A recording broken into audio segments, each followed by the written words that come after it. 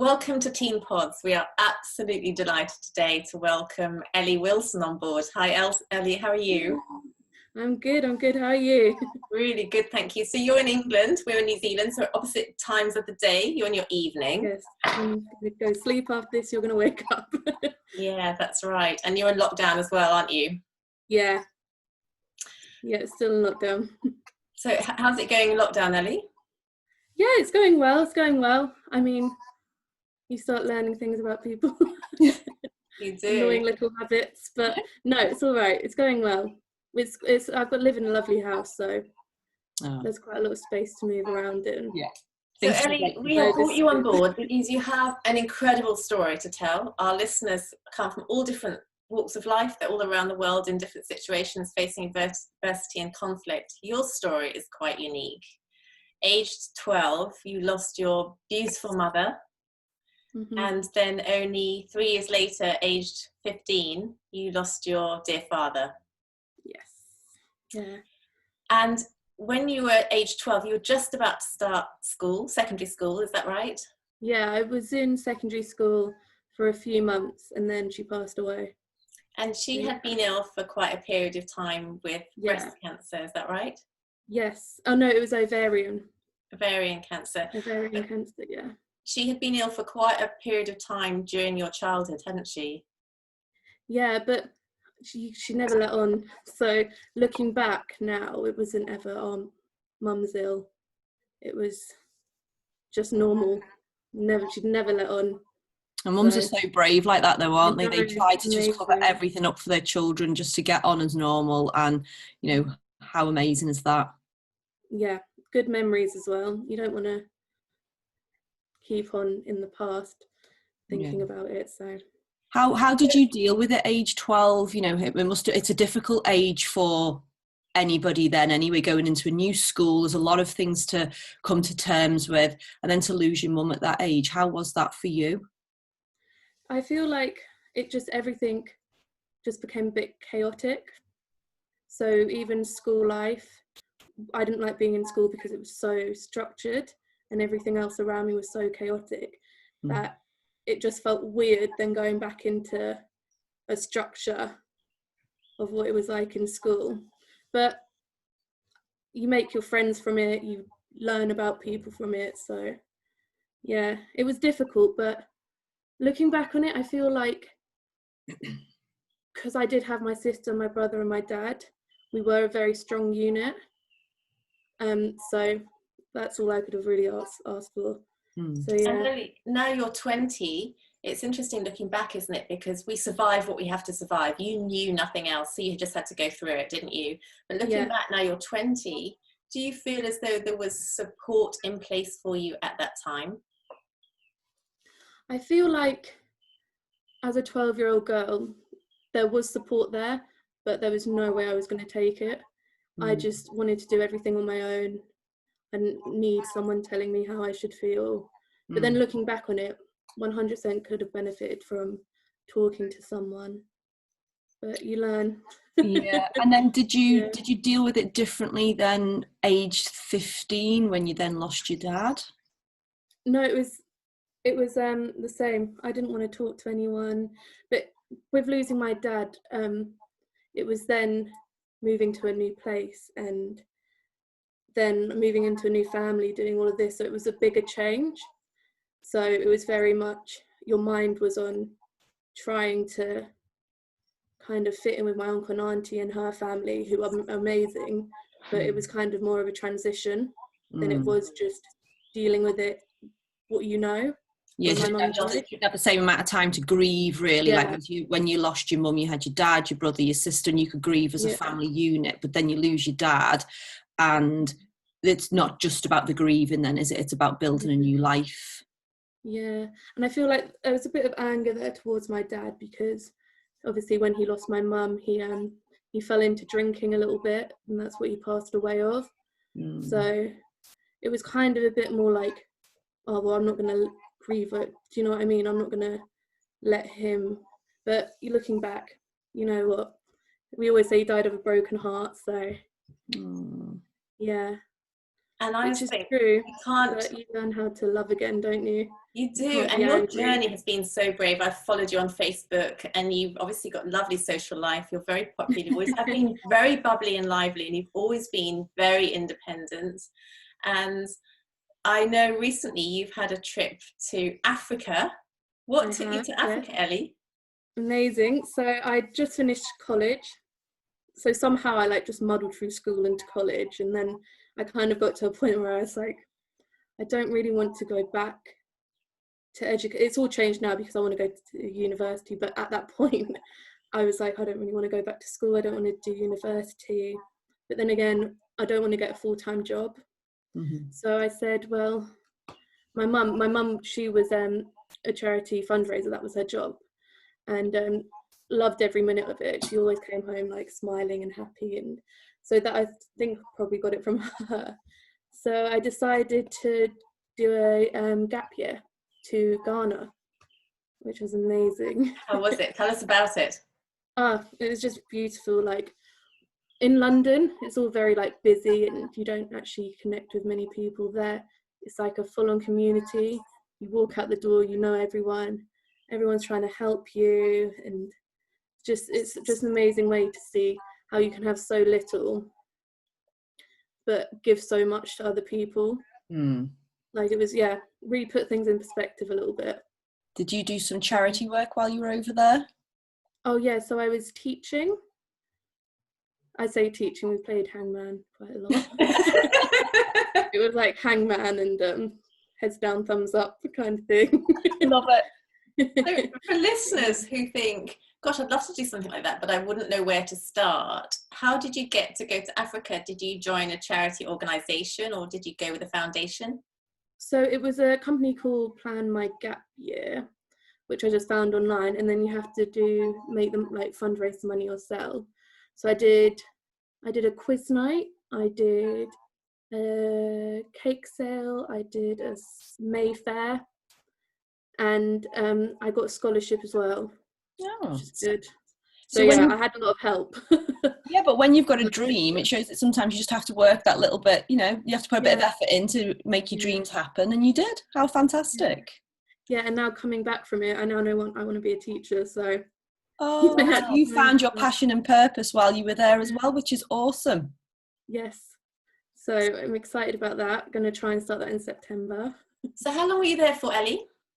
I was meant to go for 6 months, and then 4 months in I got into a car accident. Oh, honestly, it's one thing after another. Wow. And did you have to come home because of that? Yeah, can you see I've got a... Oh yeah. Yes. Wow. Yeah. What happened, Ellie? There was a drunk man on the other side of the road came and collided into us head on. Ooh. Yeah. So you went to hospital over there, and were you then flown home? No, I had to stay in hospital 2 weeks, and then I flew home. With a head injury? Yeah. Wow. And what was it like being in a hospital in Africa? It was interesting. It was interesting. I said, there was a hospital here that I thought wasn't the best, and now, but they were lovely. Like they don't have much, so what can you do? What an experience, Ellie. It's interesting, isn't it? Because I just see you as somebody that is so resilient after what you've been through, and we often talk to our guests about when you overcome such severe tragedy or conflict or adversity in your life, you learn resilience. You have to get stronger, don't you? And you show such courage. So there you are in Africa, in the middle of a foreign country, aged only 20, having a major car accident, being in a hospital, and showing your true resilience. And look at you, absolutely shining today. When I think of Africa, I think it's the lighting. When I think of Africa, I kind of think of really strong family connections. Think about people like you going over there and having these experiences. Is it about connection? What's the unique thing about being there? What's the big takeaway lesson that you have brought back to England with you?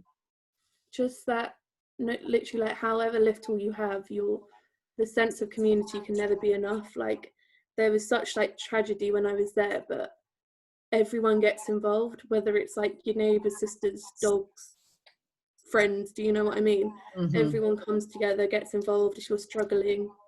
you know that you always have someone. Yeah. Did you find that that's amazing. Did you find that they were quite happy people as well? Very happy people. Yeah. Yeah.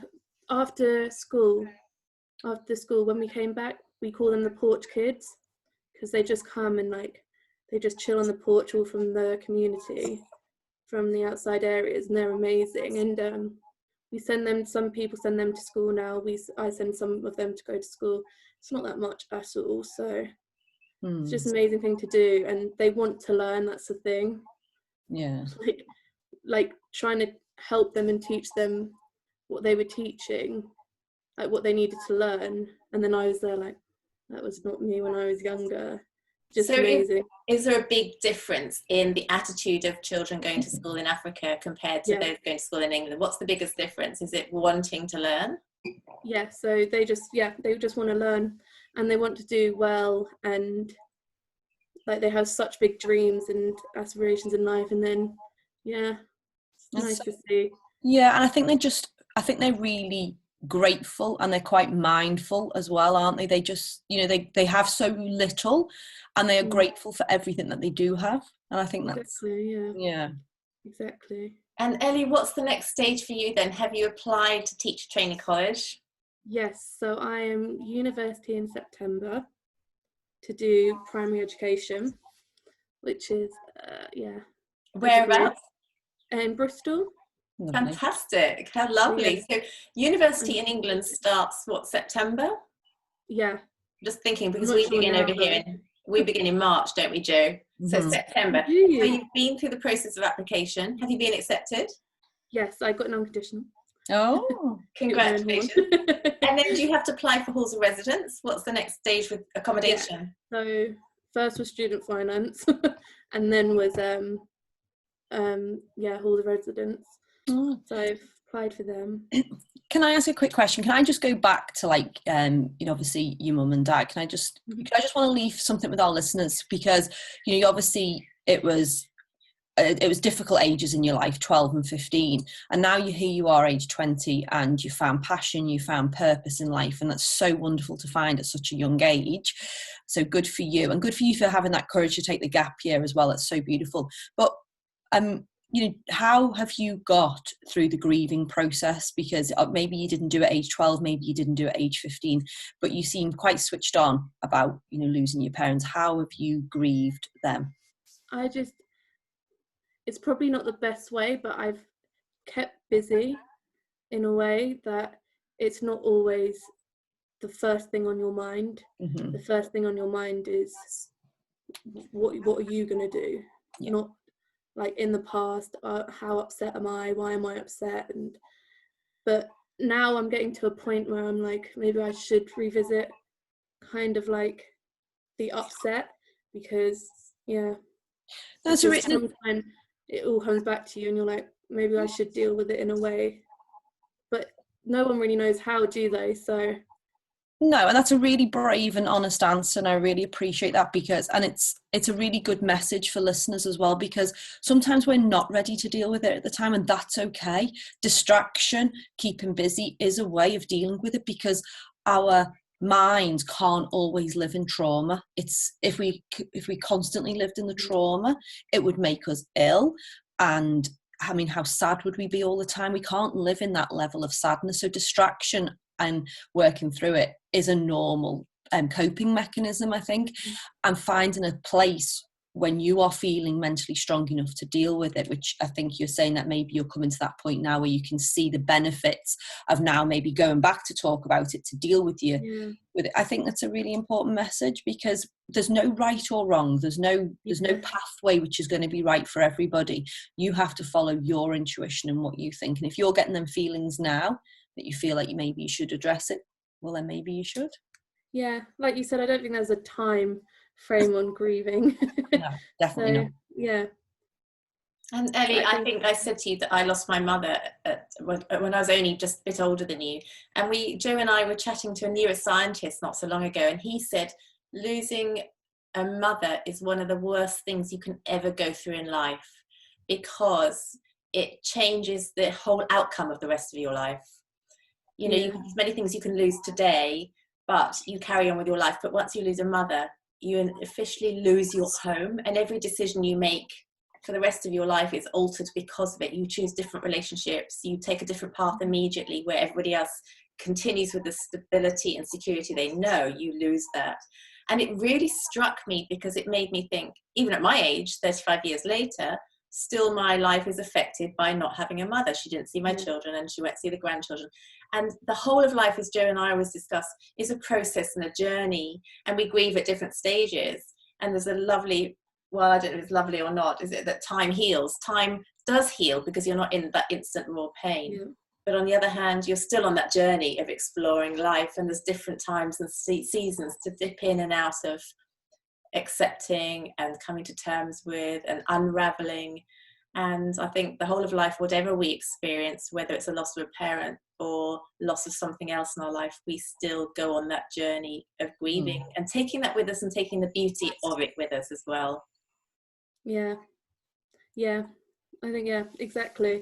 And your mother, I knew your mother really well. She was a great friend of mine. She was absolutely beautiful through and through. And she, as you say, she loved her charity work. And I see her all over you, and your father as well, both of them in you. And I can see them living on in you. I can see you radiating so much joy and passion. You've always been such a passionate person. And I can just see you just giving so much to others. I know that in Africa you would have given so much love in a way that many others maybe couldn't go to the depth of love that you can go to. And that's a message as well, isn't it, Joe? That as far as we suffer, we can also love. Yeah. You're an absolute inspiration. It's so lovely to see you. I don't think I've seen you for 9 years, so it's wonderful to see you again. We are really excited by your next adventure ahead. Life is full of adventures. No, fingers crossed it all goes well. Yeah. And we're there in September. And to see where you go. Well, we hope you come out of lockdown soon, because we know people of your age love to be surrounded by their friends. I'm sure you're missing your friends as well. One last question. Is there something you'd like to leave to those listeners who have just lost a parent? What would you say to them right now, who are feeling so raw or lost or confused? I think just, you will never find love as a parent will give to you, but you will learn to love other people in that way. And it is a journey that you've just got to keep on taking, and don't just dwell on what's happened. Try and be the people that they wanted you to become, and try and be a beacon of light kind of thing for them. So, yeah. Thank you, Ellie. That was such a lovely message to leave. Thank you for having me. No, it's been an absolute pleasure. So thank you for your courage and your vulnerability, and for being open and honest. So thank you so much, and good luck with your journey. And yes, you'll definitely make it, because you've got grit and you've got determination. So if you want to be a teacher, you'll be a teacher. Oh, thank you. We can't wait to follow your journey. Ellie, you're absolutely beautiful through and through. Thank you for shining your light, and thank you for joining us today. Thank you.